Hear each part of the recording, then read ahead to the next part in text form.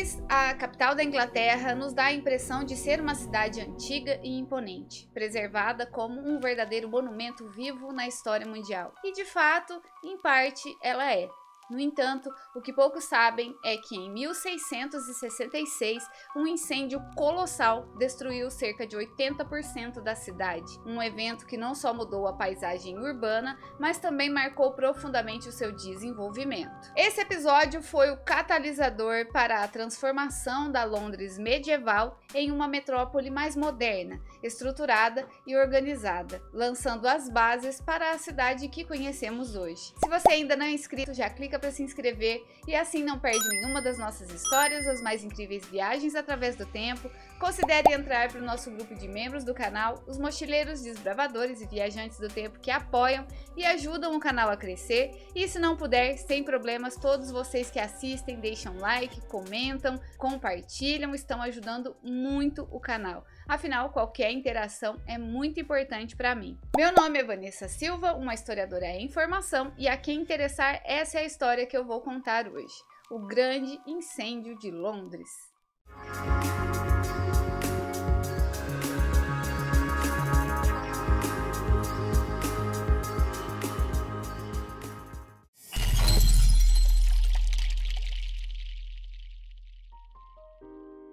Na década de 1660, Londres era, de longe, a maior cidade da Grã-Bretanha e a terceira maior do mundo ocidental, com uma população estimada em cerca de 400 mil habitantes. John Evelyn, que foi um escritor e membro fundador da Royal Society, a descreveu como um congestionamento de casas de madeira não planejada e improvisada. Uma cidade medieval, densamente povoada, com ruas estreitas, sinuosas e mal colocadas. As casas e prédios eram, em grande parte, construídos em madeira e palha, materiais altamente inflamáveis que contribuíam para a vulnerabilidade a incêndios. A cidade havia crescido de forma orgânica, com uma expansão urbana desregulada. Originalmente um assentamento romano por 4 séculos, Londres foi se tornando cada vez mais lotada dentro das suas muralhas defensivas e havia se expandido para além delas, criando novos assentamentos extramuros.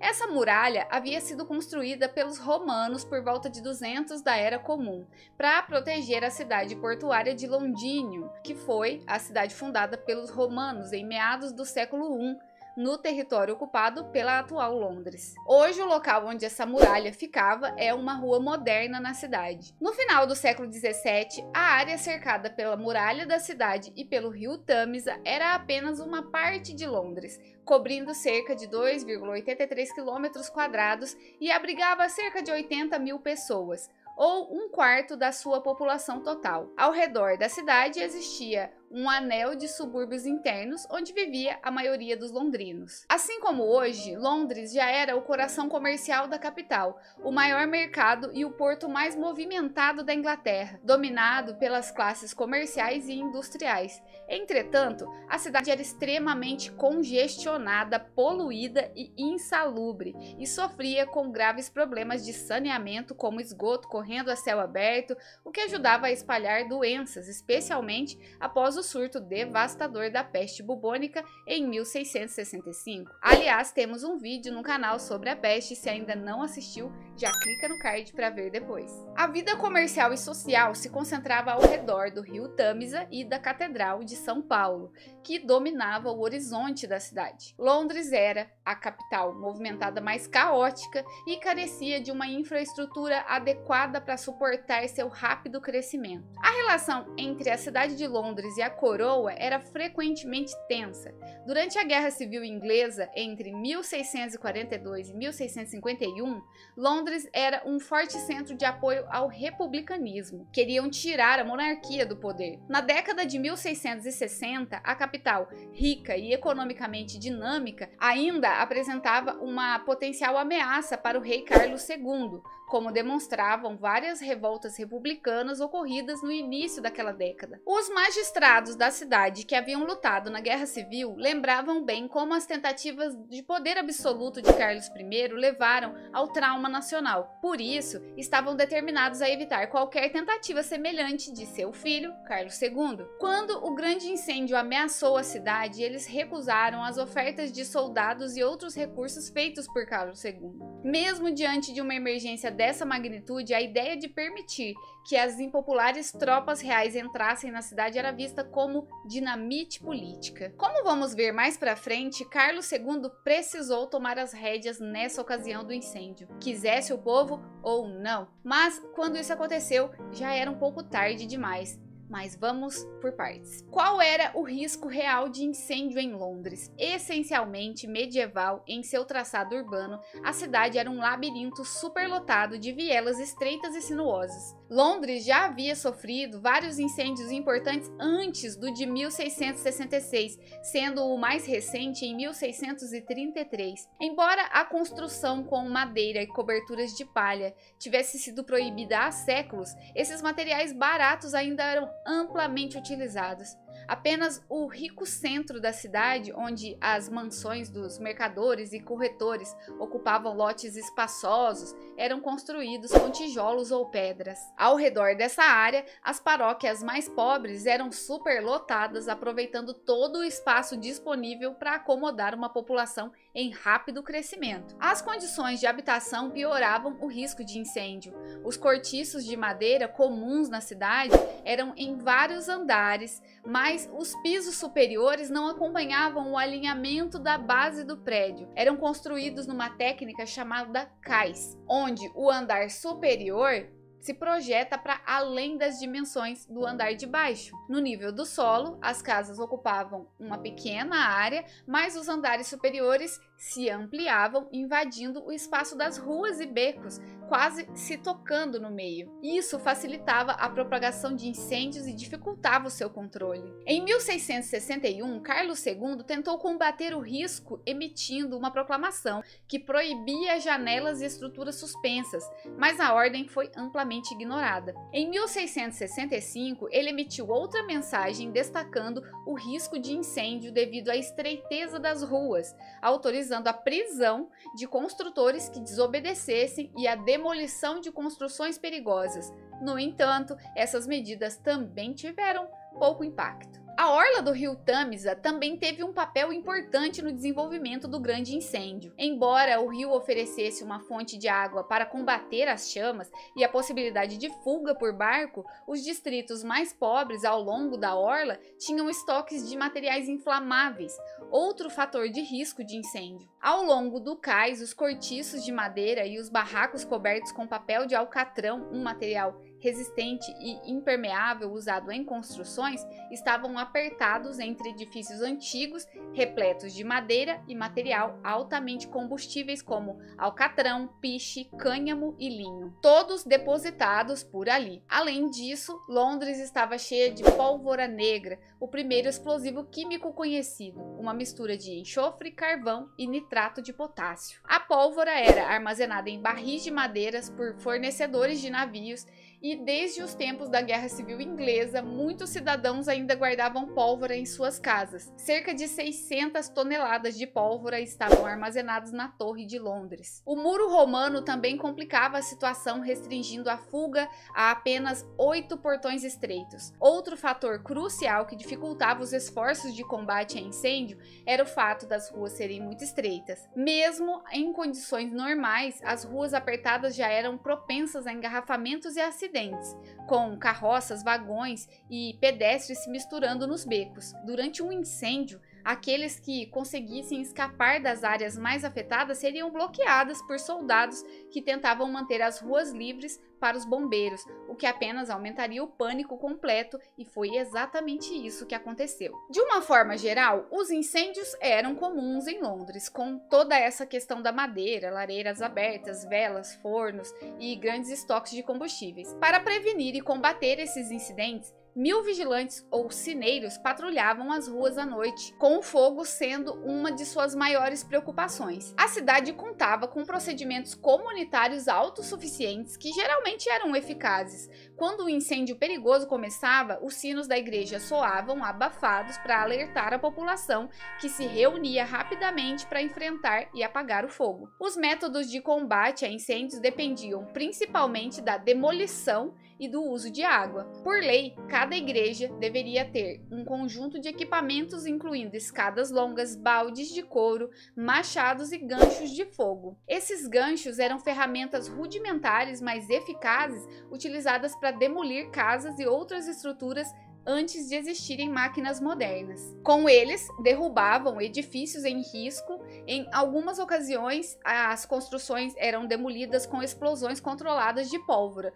um método drástico, porém eficaz. Durante o grande incêndio, esse método foi cada vez mais utilizado à medida que o fogo avançava, e muitos historiadores acreditam que, junto com a diminuição do vento, foi o que finalmente ajudou a conter as chamas. Demolir casas a favor do vento era frequentemente uma maneira eficaz de criar corta-fogos, mas desta vez a execução foi atrasada por horas devido à falta de liderança do Lord Prefeito Sir Thomas Bloodworth e sua indecisão em dar ordens claras. O uso da água, por outro lado, enfrentou vários obstáculos. Embora houvesse um sistema de canos de olmo que abastecia 30.000 casas através de uma torre de água em Cornhill e um reservatório em Islington, esse recurso não foi adequadamente aproveitado. Muitas vezes era possível abrir um cano próximo a um prédio em chamas e conectá-lo a uma mangueira para combater o fogo ou encher baldes, mas o pânico dos moradores impediu que isso fosse feito de forma organizada. Ao invés de se organizarem, os moradores entraram em pânico e começaram a fugir. O fogo se espalhou até a orla do rio, obstruindo as rodas d'água sobre a ponte de Londres e cortando o fornecimento de água encanada. Londres possuía carros de bombeiros avançados para a época, que haviam sido utilizados em incêndios anteriores. No entanto, ao contrário dos ganchos de incêndio, essas bombas eram grandes e raramente eram flexíveis ou funcionais o suficiente para fazer uma grande diferença. Algumas foram utilizadas durante o incêndio, mas outras, montadas em trenós sem rodas, eram transportadas de forma lenta e acabavam chegando tarde demais, com um alcance limitado. Tentativas de mover os carros de bombeiros até o rio foram frustradas, já que o calor intenso das chamas tornava impossível aproximá-los o suficiente para serem eficazes. Bom, agora eu vou dar um panorama de como tudo começou e como foi dia a dia desse momento de terror. Domingo, o início.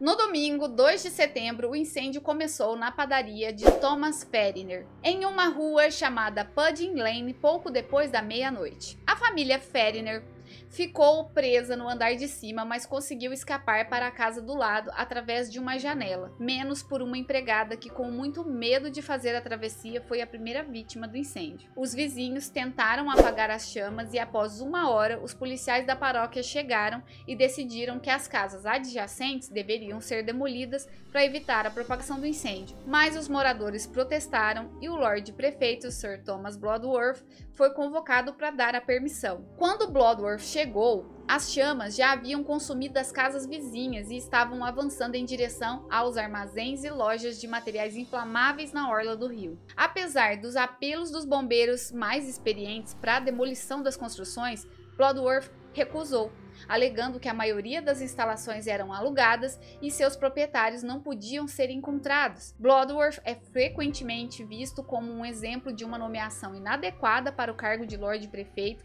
descrito por alguns como um bajulador e sem as habilidades necessárias para o trabalho. Em vez de agir decisivamente, ele entrou em pânico diante da emergência. Bloodworth também é geralmente considerado culpado por não ter tomado medidas eficazes nos estágios iniciais do incêndio. Mas também é importante considerar as limitações da experiência em combate a incêndios e as implicações sociopolíticas da época. Como vimos até aqui, nada ajudava nessa situação. Nesse primeiro dia de incêndio, poucas pessoas pensaram em fugir completamente da cidade. Em vez disso, tentaram salvar o que podiam de seus pertences, indo para áreas que consideravam mais seguras. Algumas pessoas transferiram seus pertences 4 ou 5 vezes no mesmo dia.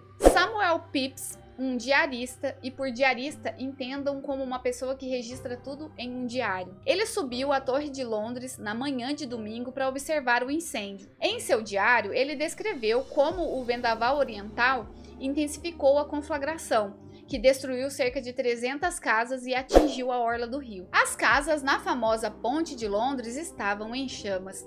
Pepys pegou um barco para inspecionar a instituição ao redor de Pudding Lane de perto e descreveu o cenário como lamentável. Abre aspas. As pessoas se esforçavam para remover seus bens, jogando-os no rio ou carregando em barcaças. Muitos, especialmente os mais pobres, permaneciam em suas casas até que o fogo chegasse. Depois fugiam para os barcos ou escalavam escadas improvisadas para escapar.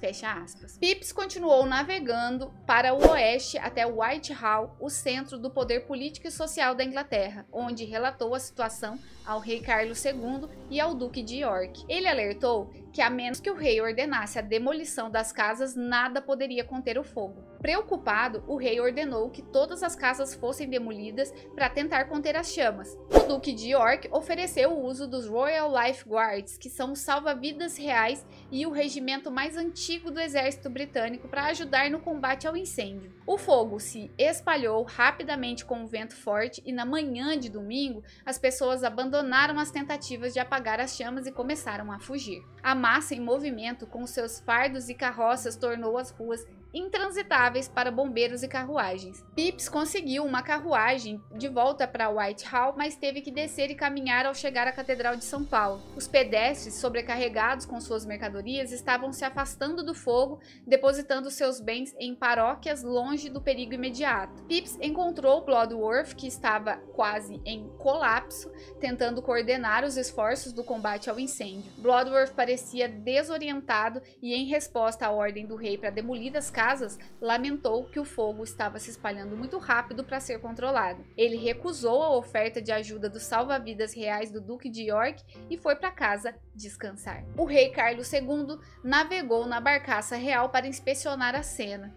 Ele descobriu que as casas ainda não haviam sido demolidas conforme prometido e, assim como falei antes, querendo o povo ou não, ele teve que tomar uma atitude, anulou a autoridade de Bloodworth e tomou o controle da situação para ordenar demolições em massa a oeste da zona do incêndio. Na tarde de domingo, o incêndio havia se tornado uma tempestade de fogo violenta, criando seu próprio clima. A onda de ar quente acima das chamas, impulsionada pelo efeito de chaminé entre os edifícios estreitos, alimentou ainda mais o incêndio. O fogo avançou em um amplo arco em direção ao centro da cidade. À noite, era o maior incêndio registrado em Londres na memória viva, tendo se espalhado 500 metros ao longo do rio. Segunda-feira, o segundo dia de terror.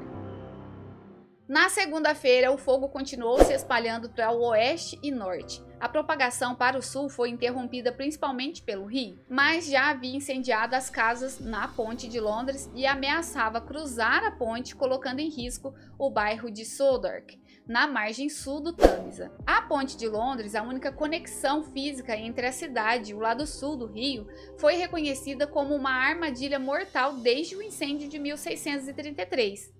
No entanto, o bairro Southwark foi preservado por um espaço aberto entre os edifícios na ponte que atuou como um corta-fogo. Por outro lado, a propagação do fogo para o norte atingiu o coração financeiro da cidade. Vamos combinar um negócio aqui. Sempre que eu falar um nome qualquer com street, é rua, tá legal?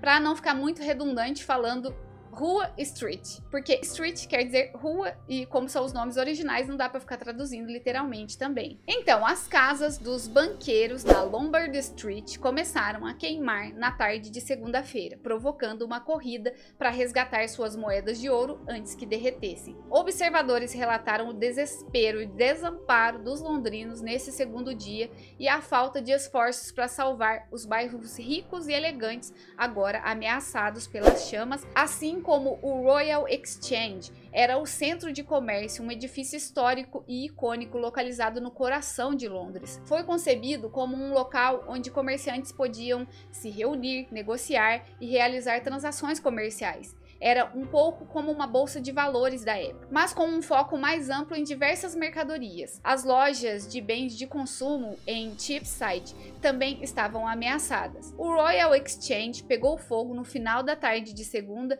e foi reduzido a uma concha fumegante em poucas horas. Apenas no final da segunda-feira, a urgência de escapar dos limites da muralha se tornou clara, o que resultou em cenas de quase pânico nos portões, com refugiados desesperados tentando passar com suas carroças, cavalos e vagões. John Evelyn mais tarde escreveu, abre aspas, a conflagração foi tão universal e o povo tão atônito que desde o início, não sei se por desânimo ou destino, mal se moveram para apagá-la, de modo que nada se ouviu além dos gritos e lamentações, correndo como criaturas distraídas sem tentar salvar nem mesmo seus bens.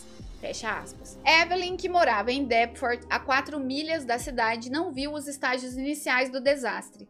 Ele foi para Southwark na segunda-feira, juntando-se a muitos outros da classe alta para ver o que Pepys havia testemunhado no dia anterior.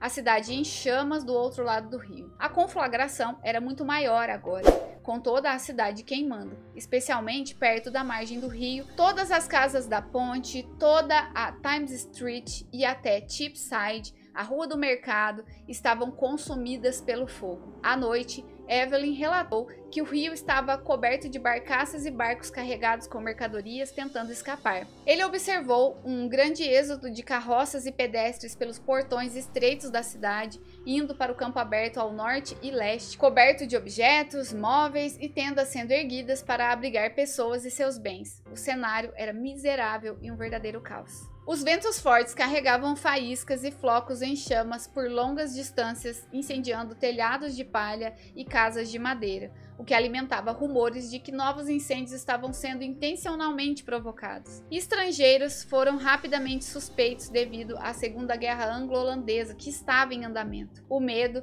e a suspeita se transformaram em incerteza e relatos de invasão iminente e de agentes estrangeiros disfarçados lançando bolas de fogo ou portando granadas e fósforos, provocaram uma onda de violência nas ruas contra imigrantes franceses e holandeses, aumentando ainda mais o caos. Os medos de terrorismo ganharam força com a interrupção das comunicações de notícias. O Correio Geral de Threadneedle Street, por onde passavam os correios para todo o país, pegou fogo na manhã de segunda-feira. O London Gazette, jornal oficial, conseguiu publicar sua edição de segunda-feira antes que as instalações da gráfica fossem incendiadas. As suspeitas aumentaram, dando lugar a um pânico e paranoia coletiva. Ainda na segunda-feira, tanto a companhia de milícia Trent Bands quanto os Coldstream Guards, regimento do exército britânico, se concentraram menos em combater incêndios e mais em reunir estrangeiros e qualquer outra pessoa que parecesse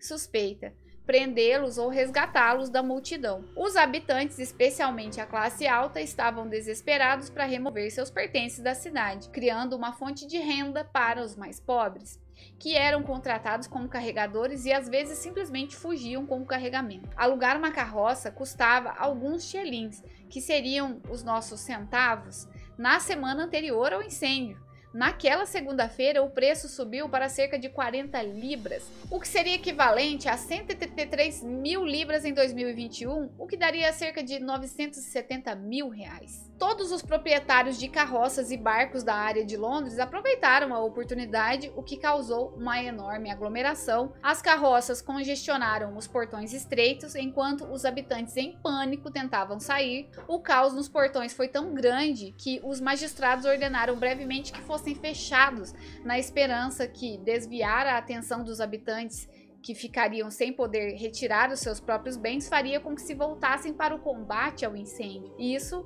poderia incentivá-los a se esforçar mais desesperadamente para apagar o fogo, o que claramente foi uma burrice, né? A segunda-feira marcou o início de uma ação mais organizada, apesar da desordem nas ruas, especialmente nos portões, e do fogo se alastrando sem controle. Bloodworth aparentemente havia deixado a cidade, seu nome não é mencionado em nenhum relato contemporâneo dos eventos da segunda-feira. Em resposta à emergência, o rei colocou o seu irmão James, o Duque de York, no comando das operações. James estabeleceu postos de comando ao redor do perímetro do incêndio, com 3 cortesãos designados em cada posto com autoridade para ordenar demolições. James e seus guardas cavalgaram pelas ruas durante toda a segunda-feira, resgatando estrangeiros da multidão e do caos. O Duque de York conquistou o coração do povo com o seu esforço incansável, ajudando a apagar o fogo e, inclusive, após a morte de Carlos II, que não deixou herdeiros legítimos, James é que foi coroado rei e seu reinado prevaleceu até ser deposto 3 anos mais tarde. Na noite de segunda-feira, as esperanças de que as enormes paredes de pedra do castelo de Baynard conteriam as chamas foram frustradas. O histórico Palácio Real, a contraparte ocidental da Torre de Londres, foi completamente consumido pelo fogo, queimando a noite toda. Terça-feira, o pior dia. Na terça-feira, 4 de setembro, ocorreu o dia de maior destruição. O posto de comando do Duque de York ficava num lugar estratégico, tinha o objetivo de impedir o avanço do fogo para o oeste em direção ao Palácio de Whitehall. Ele esperava que o rio Fleet formasse um corta-fogo natural, mantendo uma posição com seus bombeiros na ponte Fleet até o Tâmisa. No entanto, na manhã de terça-feira, as chamas saltaram sobre o Fleet e o contornaram, impulsionadas pelo vendaval inabalável do leste, forçando os bombeiros a recuar. No meio da manhã, o fogo havia rompido a ampla e luxuosa rua comercial de Cheapside. Os bombeiros de James conseguiram criar um corta-fogo ao norte do incêndio, embora este tenha sido rompido em vários pontos. Durante o dia, as chamas começaram a se mover para leste a partir de Pudding Lane, lá onde tudo começou, avançando contra o vento leste predominante em direção à Torre de Londres e seus depósitos de pólvora. A guarnição da torre assumiu a responsabilidade do combate após esperar o dia todo pela ajuda solicitada dos bombeiros oficiais de James, mas eles estavam ocupados no oeste. Eles criaram um corta-fogo, explodindo casas em grande escala nas proximidades, interrompendo o avanço do fogo. Sendo assim, a Torre de Londres sobreviveu. Todos pensavam que a Catedral de São Paulo era um refúgio seguro, com suas grossas paredes de pedra e a proteção natural proporcionada pela ampla praça ao redor da igreja. Ela estava abarrotada de bens resgatados em sua cripta, cheia de estoques e impressões e livros importantíssimos. No entanto, o edifício estava coberto por andaimes de madeira devido a uma restauração gradual liderada por Christopher Wren. Na terça-feira, à meia-noite, os andaimes pegaram fogo. Em meia hora, o telhado de chumbo derreteu e os livros e papéis na cripta começaram a queimar. A catedral rapidamente se tornou uma ruína, representando uma grande perda para a história mundial. Encaminhando-se para o dia final. Na terça-feira à noite, o vento diminuiu e os corta-fogos criados pela guarnição começaram a fazer efeito. Na quarta-feira, 5 de setembro, Pepys subiu ao campanário da igreja de Barking e viu a cidade destruída, descrevendo-a como uma visão mais triste de desolação que já havia testemunhado. Embora muitos incêndios menores ainda estivessem queimando, o grande incêndio havia terminado. Mesmo assim, levou algum tempo até que os últimos vestígios fossem apagados, com carvão ainda queimando nos porões 2 meses depois do acontecido. Em Moorfields, um grande parque público ao norte da cidade, havia um acampamento de refugiados sem teto. Evelyn ficou horrorizado com o número de pessoas angustiadas que estavam em tendas e barracos improvisados, muitas sem roupas adequadas ou qualquer utensílio necessário, reduzidas à extrema miséria. A maioria dos refugiados acampava em áreas próximas não queimadas, tentando salvar o que podiam das suas casas. O clima estava tão volátil que Carlos II temia uma grande rebelião em Londres contra a monarquia. A produção e distribuição de alimentos foram interrompidas a ponto de não haver suprimentos disponíveis, levando Carlos a anunciar que pão seria trazido para a cidade diariamente e mercados seriam instalados ao redor do perímetro. Os medos de uma invasão estrangeira por franceses e holandeses eram altos entre as vítimas traumatizadas do incêndio. Na quarta-feira à noite, houve pânico nos acampamentos. Uma luz no céu sobre a Fleet Street gerou rumores de que 50 mil imigrantes franceses e holandeses estavam marchando em direção a Moorfields para assassinar e saquear. Em pânico, a multidão atacou qualquer estrangeiro encontrado, sendo contida pelas tropas dos salva-vidas reais e membros da corte. O que dispersou essas ideias acabou sendo um outro incêndio que queimou grandes seções de um distrito jurídico. Mortes e destruição. Apenas 8 mortes causadas pelo incêndio foram oficialmente registradas, e tradicionalmente acredita-se que o número de vítimas tenha sido baixo. Apesar disso, refugiados também pereceram nos campos improvisados, e muitos argumentam que o número de mortes pode ter sido muito maior do que o habitualmente mencionado, possivelmente chegando a centenas. A falta de registros precisos e a condição deplorável em que muitos se encontravam, vivendo amontoados em barracos ou entre ruínas de suas antigas casas durante o inverno frio que se seguiu, sugerem um número muito maior de vítimas. Os números oficiais parecem subestimar o impacto real, com a destruição material calculada em cerca de 13.500 casas, 87 igrejas paroquiais, 44 guildas mercantis e artesanais, a Royal Exchange, a Custom House, a Catedral de São Paulo, o Palácio Bridewell e outras prisões da cidade, o Correio e os 3 portões ocidentais da cidade, Ludgate, Moorgate e Aldersgate. A perda monetária foi estimada em cerca de 10 milhões de libras, o que equivale a aproximadamente 2,3 bilhões de libras em 2023. Apenas os livros perdidos custaram 150 mil libras. Evelyn acreditava ter visto cerca de 200 mil pessoas de todas as classes sociais desesperadas para salvar o que podiam nos campos ao redor do Distrito Norte, Islington e na área suburbana Highgate. O incêndio destruiu aproximadamente 15% das moradias da cidade. O Tribunal de Vereadores, responsável pela governança sênior da cidade de Londres, começou rapidamente a limpar os escombros e restabelecer o fornecimento de alimentos no sábado após o incêndio. Os mercados estavam operando adequadamente para abastecer as pessoas nos acampamentos. Carlos II incentivou os cidadãos a deixar Londres e se estabelecer em outras localidades, emitindo uma proclamação garantindo que todas as cidades e vilas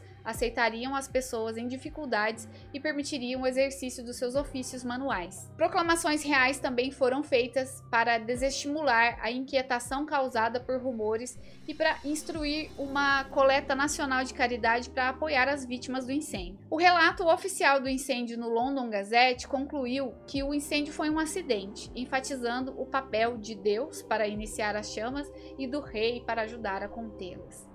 Apesar disso, os moradores estavam inclinados a culpar estrangeiros, especialmente católicos, franceses e holandeses. Bandos armados foram colocados em guarda e estrangeiros foram detidos em várias partes da Inglaterra. Um exemplo de busca por bodes expiatórios é a confissão de um relojoeiro francês chamado Robert Hubert, que alegou ser membro de uma gangue que havia iniciado o grande incêndio em Westminster. Mais tarde, ele mudou sua história para dizer que havia iniciado o incêndio na padaria Pudding Lane. Hubert foi condenado à forca, apesar das dúvidas sobre a veracidade da sua confissão. Após a sua execução em 29 de outubro de 1666, ficou evidente que ele estava a bordo de um navio no mar e só chegou a Londres 2 dias depois do início do incêndio. E por que é que ele confessou algo que não fez é que fica o questionamento. Foi criado um comitê presidido por Sir Robert Brooke para investigar a causa do incêndio. O comitê recebeu várias alegações de conspiração por parte de estrangeiros e católicos para destruir Londres. O relatório do comitê foi apresentado ao parlamento em 22 de janeiro de 1667. Versões impressas do relatório concluíram que Hubert era um dos vários conspiradores católicos responsáveis pelo incêndio. No exterior, o grande incêndio de Londres foi interpretado de várias maneiras. Nos Países Baixos, como uma retribuição divina pela queima de uma grande cidade holandesa pelos ingleses durante a Segunda Guerra Anglo-Holandesa. Na Itália, como uma comparação com Lúcifer e sua queda. E na Espanha, como uma parábola da maldade protestante. Em 5 de outubro, Marco Antônio Justinian, embaixador veneziano na França, relatou ao Doge de Veneza e ao Senado que Luís XIV, o rei francês, expressou pesar pelo acidente e ofereceu ajuda à sua tia e rainha britânica Henrietta Maria, a mãe de Carlos II. No entanto, Luís XIV não podia deixar de ver o incêndio como uma oportunidade para reduzir o risco de captura ou afundamento de navios franceses pela frota inglesa. Um tribunal de incêndio especial foi criado em fevereiro de 1667 a dezembro de 1668 e novamente de 1670 a 1676. O objetivo desse tribunal, autorizado pelo ato mediador, era das disputas territoriais e pela lei da reconstrução de Londres. Era lidar com disputas entre inquilinos e proprietários e decidir quem deveria reconstruir com base na capacidade de pagamento. Os casos eram ouvidos e um veredito geralmente era dado. Sem esse tribunal do fogo, longos procedimentos legais teriam atrasado seriamente a reconstrução necessária para a recuperação de Londres. Esquemas radicais de reconstrução surgiram para a cidade destruída e foram encorajados por Carlos II. Além de Wren e Evelyn, sabe-se que Robert Hooke, Valentine Nye e Richard Newkirk propuseram planos de reconstrução. Se alguns desses planos tivessem sido adotados, Londres poderia ter rivalizado com Paris na magnificência barroca. De acordo com o arqueólogo John Schofield, o plano de Wren provavelmente teria incentivado a cristalização das classes sociais em áreas separadas, semelhante à renovação de Paris por Haussmann em meados de 1800. Entretanto, o plano de Wren foi particularmente desafiador de implementar devido à necessidade de redefinir os títulos de propriedade. A coroa e as autoridades da cidade tentaram negociar uma compensação pela remodelação em larga escala que esses planos implicavam, mas essa ideia irrealista teve de ser abandonada. As exortações para trazer trabalhadores e medir os lotes onde as casas estavam foram ignoradas, principalmente por pessoas preocupadas com a sobrevivência diária e por aquelas que haviam deixado a capital. A escassez de mão de obra após o incêndio tornou impossível garantir trabalhadores para esse propósito. Em vez disso, grande parte do antigo plano de ruas foi recriado na nova cidade. Esse processo acelerou o desenvolvimento de técnicas de pesquisa científica e cartográfica, incluindo o desenvolvimento de mapas urbanos ao longo do Tâmisa, sem casas obstruindo o acesso ao rio e, mais importante, edifícios construídos com tijolos e pedras e não de madeira. O Ato da Reconstrução de Londres, de 1666, proibiu o uso de madeira no exterior dos edifícios, regulamentou o custo de materiais de construção e os salários dos trabalhadores e estabeleceu um período de reconstrução de 3 anos. Após o qual a terra poderia ser vendida. Foi colocado um imposto sobre o carvão para apoiar os custos de reconstrução física. A maioria das reconstruções privadas foi concluída em 1671. Novos edifícios públicos foram criados nos locais onde haviam sido destruídos, incluindo a Catedral de São Paulo e as novas 51 igrejas projetadas por Christopher Wren. O economista inglês Nicholas Barbun remodelou ilegalmente Londres com seus próprios esquemas de reconstrução, apesar das restrições rígidas que declaravam ser ilegal construir entre a cidade de Londres e Westminster. Além das mudanças físicas em Londres, o grande incêndio teve muito impacto nas esferas demográfica, social, política, econômica e cultural. O incêndio causou o maior deslocamento da estrutura residencial de Londres da sua história, até o Blitz, uma campanha de bombardeio alemã contra o Reino Unido que ocorreu de 1940 a 1941, durante a Segunda Guerra Mundial, mas essa é outra história. As áreas a oeste de Londres receberam um maior número de novos moradores, mas houve um aumento geral na densidade populacional dos subúrbios ao redor de Londres. Aproximadamente 9.000 novas casas foram construídas na área onde mais de 13.000 haviam sido destruídas, e em 1674 milhares delas permaneciam desocupadas.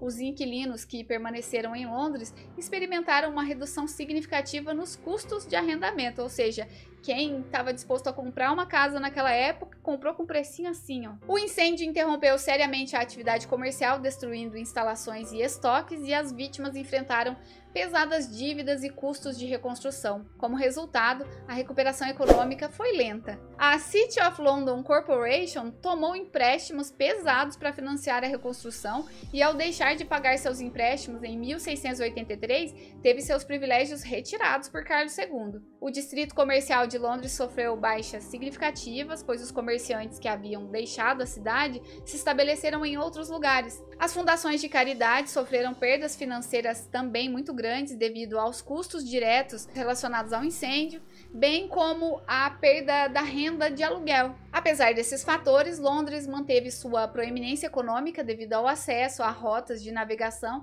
e seu papel central contínuo na vida política e cultural da Inglaterra. As alegações de que os católicos haviam iniciado o incêndio foram exploradas como propaganda política pelos oponentes da corte pró-católica de Carlos II, principalmente durante a conspiração papista e a crise de exclusão mais tarde em seu reinado. As perspectivas realistas do incêndio como acidental foram contestadas pela visão que questionava as lealdades dos católicos em geral e do Duque de York em particular. Em 1667, novas regulamentações rigorosas sobre incêndios foram impostas em Londres para reduzir o risco de incêndios futuros e permitir que qualquer incêndio fosse mais facilmente controlado. O incêndio também levou ao surgimento das primeiras seguradoras, começando com corpos de bombeiros que contratavam bombeiros particulares e ofereceram incentivos para clientes que tomassem medidas para prevenir incêndios, com uma taxa mais barata para edifícios de tijolos em vez de madeira.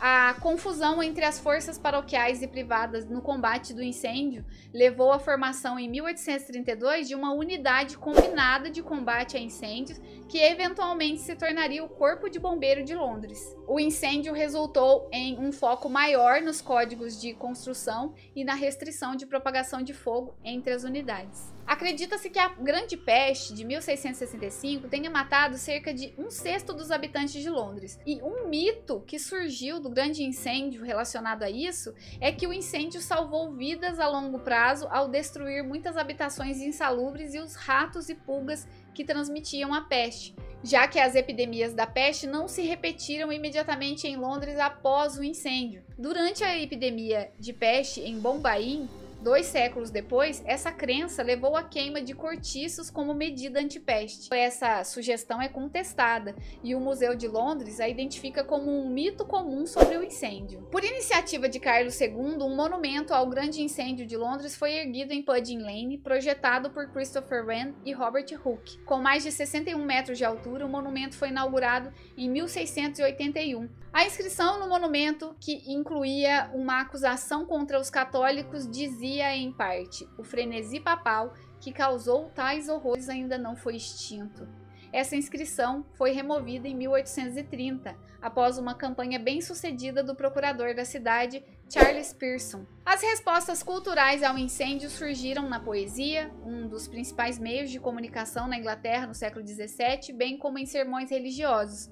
Pelo menos 23 poemas foram publicados no ano seguinte do incêndio. Trabalhos culturais mais recentes que abordam o grande incêndio incluem o romance Old St. Paul, de 1841, a adaptação cinematográfica desse romance em 1914, o romance Forget in the Fire, de 2006, o drama televisivo The Great Fire, de 2014, e o musical Bumble Scratch, apresentado como parte das comemorações do aniversário de 350 anos do incêndio. E aqui chegamos ao fim de mais uma história. O grande incêndio de Londres foi um evento devastador, mas também um ponto de inflexão crucial na história da cidade. Ao consumir vastas áreas de Londres e provocar uma enorme perda de vidas e propriedades, o incêndio deixou cicatrizes profundas, mas também catalisou transformações significativas. As respostas ao desastre revelaram não apenas as tensões sociais e políticas da época, mas também a resiliência e a capacidade da renovação de Londres. Enquanto a cidade se reergueu das cinzas, novos planos de reconstrução e regulamentos surgiram, moldando o futuro urbano e arquitetônico. O incêndio também teve um impacto na cultura, inspirando obras literárias, artísticas e monumentos que perpetuaram a memória do evento. Apesar das dificuldades, Londres continuou a prosperar e evoluir, reforçando sua importância como um centro global de comércio, política e cultura. Esse capítulo na história londrina não apenas reflete os desafios e triunfos de uma metrópole em recuperação, mas também nos lembra da capacidade humana para se adaptar e reconstruir diante das adversidades. E você, o que achou dessa história? Sabia desse acontecimento? Me conta nos comentários. um vídeo um pouco longo, me lembrando de outros tempos nesse canal. Espero que tenham gostado. Se gostaram, deixem aquele like e compartilhe com alguém que possa gostar desse tipo de conteúdo. Não se esqueçam de se inscrever caso ainda não sejam inscritos. Na descrição do vídeo vou deixar as informações das fontes que utilizamos para criar o nosso roteiro de hoje. Eu fico por aqui, uma ótima semana para todos vocês e até a próxima história!